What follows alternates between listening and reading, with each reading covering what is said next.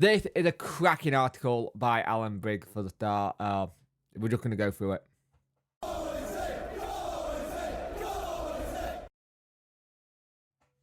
Hello and welcome to the video. I'm your punking resident, Punkchef41. Welcome.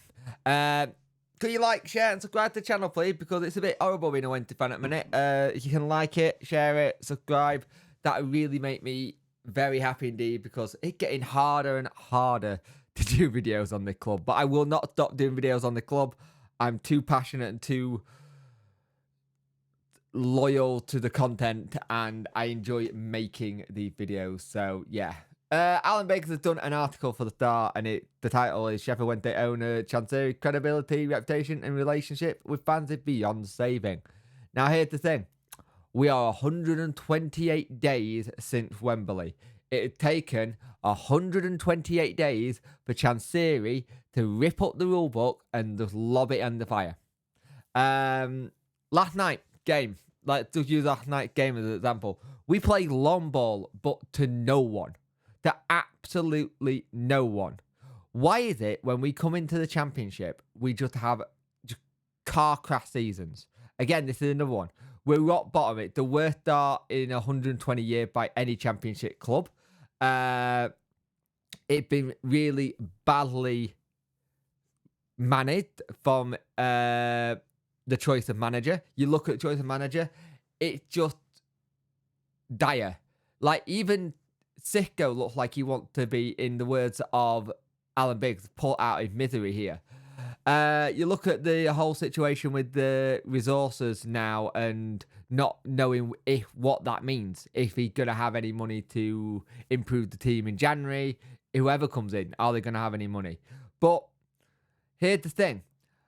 When you look at everything that's going on at the minute, this is getting to the point where we don't even know, right, where the next situation is going to happen. Like this morning, I really wanted a statement. You know, all these statement FCL said we are. I really wanted to hear a statement get turned around and say, Sheffield Wednesday Football Club have fired or sacked Sicko Muniz as the results of the season are no longer good enough. His role at the club was untenable, and we need to have someone come in and try and salvage this season whichever way we can do. But we haven't got that. It's like he's still going to do it. We are a laughing stock of the league. We just are. And that from so many different media articles and so many different people. And if you look at it in another way, like Alan Big makes a good point. The hope can only be for the sake of at least his family name is plastered all over Hillsborough. The owner is generally open to offer and prepared to negotiate reasonably on what must be a difference in valuation must be tanking. And it is. It's got to be tanking, because who is going to want to come in? Like, whoever comes in is going to be classed as a saviour and a hero when they come in to buy the club, because we'll be able to do whatever happens from ownership to manager. The owners criticising us, the managers then saying there's no positivity, no one being positive about things. Show us some positivity in something. What is going on in training? What are we actually doing in training? Like, legitimately, what are we actually doing? Because I love to know. Like, Liam Palmer looks devastated last night when he was clapping the fans. He looked absolutely like he was bursting into tears, bless him. And how do we get this fixed, in a sense? Like, there's got to be something that's got to happen here. And we got to have the situation when Darren Moore comes out the weekend. They should at least have Hillsborough full for Darren Moore just to have the send-off he should have had. Like, here's the thing. One of the sentences on that statement that got said by Chancery was, I did not have complete confidence in him to manage in the championship. He'd gone to Huddersfield, and granted, he's got him 2 points already, and he's done all right. But there's a plan in place. the one thing that Wednesday's had under Chansiri's ownership, we've only ever had one plan, and that plan is to get us to the Premier League. In League One, it was just to get us back to the Championship.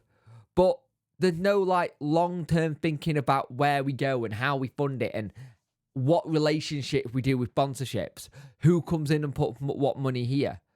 I get the feeling dealing with us as a business, if you're a business owner, must be like tearing your hair out. Like, I don't understand why we're made to have this kind of thing. Now, here's the thing. We've got a situation now where Akin looks like he's going to be done. He looks like he pulled his groin. He's not going to be with us for a while. We've got a player who can play that position called Reece James. Reece James can come in and play that position. He knows that position well. He really does. I will be very surprised if Akin's involved at the weekend. Now, you've also got the other thing. We have Marvin Johnson's who's in Dubai training because it looks like he's probably not allowed at the training ground, which is an absolute joke. I don't care if you've fallen out with him for whatever reason or kind of thing. Still let him at least train at the club. But he'd gone to Dubai instead to do it, to get his minutes up. It's really interesting to see what happened. Like, on the injury to Akin, he turned around and said, I can't tell anything about it now. He's feeling yet. We'll see tomorrow and how he feels, whether he can be all right for the next match. But you listen to his press conference, like, there's just nothing. There's nothing there. There's nothing there in the press conference. There's nothing there in the after the fact of talking to media. I thought Rob Statter's Radio Sheffield put some really great questions to him. And the attitude seems to come from on high. This is the attitude of my chairman, so this is the attitude I'm going to take as manager. Again, he's done a little bit like blaming the fans as well. And it's just so irritating that any other manager, or any other club I should say, would have sacked him yonks ago. They would have got rid of him yonks ago. Like, 100%. Now, he did try and change it last night, and it didn't work. He tried to do long ball, but there's no one who could like stay on the end of it. I thought Smith did quite well at trying to keep onto the ball, but he kept on getting called for every foul. We need a change as a whole. Like, if you're expecting Chansiri to people to go to the game on Saturday and be like happy to be there, they're not going to. I'm gonna quote something that you said yourself, Mr. Chansiri. You said ticket prices will reflect on the performances on the pitch and where we are in the table. We are currently bottom of the Championship. We are currently winless out of any club in the EFL. And I think probably kind of thing. So why is it 44 quid or more for a match day ticket? When you said the prices will reflect on how we're doing in the league. That's not how it works. You make it a fair price for someone to come to a game. People will come in the droves, even if it's naff. They'll come and support. But when you price out hard-working people out of football, you're the problem, not us. And I am sick and tired of every time there's a statement, it's our fault.